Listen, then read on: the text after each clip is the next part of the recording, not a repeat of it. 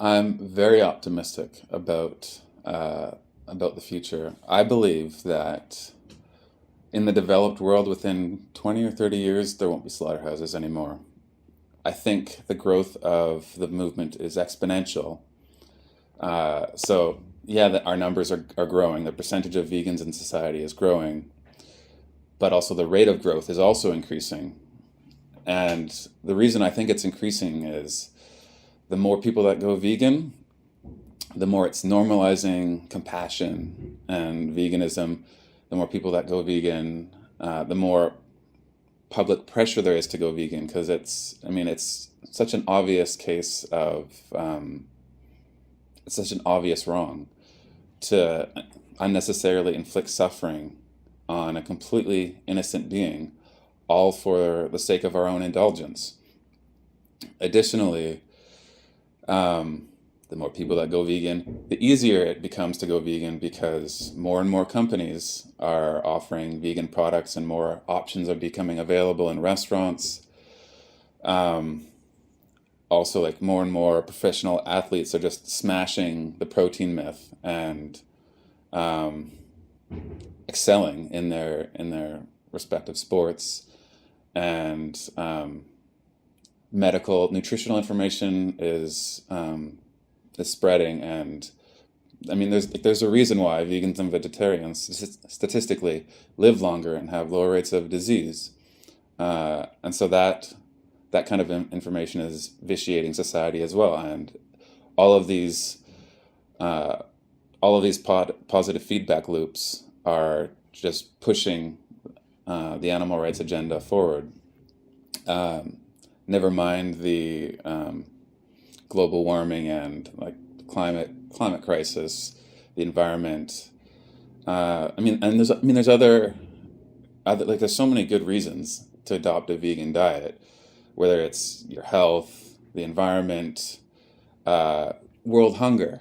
Um, Never mind the ethical animal rights argument.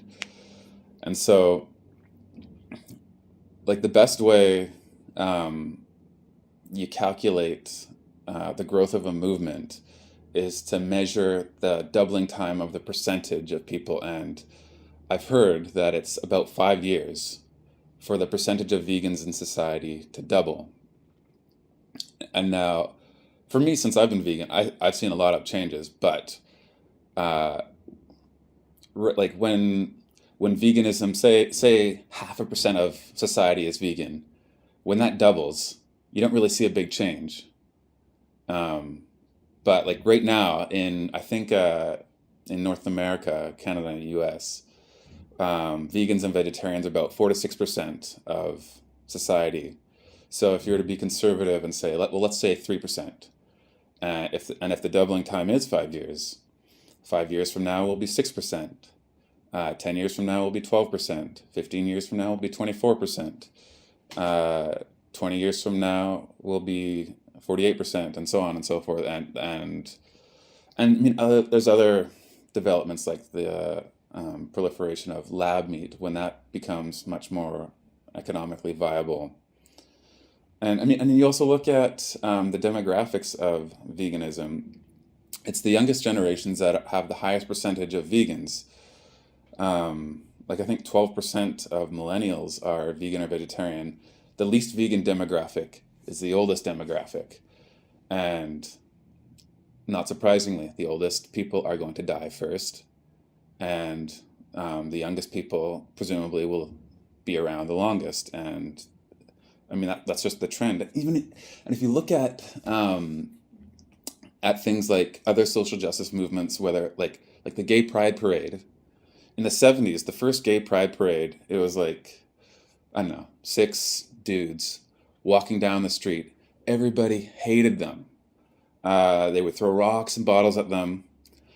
Now, the Gay Pride Parade is, as far as I can tell, the biggest parade and the most global parade on the planet. Businesses, instead of not wanting to be associated and then people throwing rocks and bottles at these guys, businesses pay a lot of money to have their float in the Gay Pride Parade because they want to be associated with that. They want to be on the right side of history. And you look at, like, just in Vancouver, the animal rights marches, they've been, I think, more than doubling every year. Like this, 2 years ago, there was about 150 people who showed up for the animal rights march. This last year, it was closer to 400. Uh, and in other countries that are, I would say, are more progressive on the animal rights front than Canada, like in Israel, they had over 30,000 people show up to their animal rights parade. That's the biggest animal rights march in history. And I have no doubt that every year they're going to keep breaking that record for the biggest animal rights march, um, because this movement it's snowballing. It's unstoppable. Like, I'm going to keep working for animal rights issues as much as I can. But even if I gave up, I couldn't stop it. Animal rights is coming, and it's unstoppable.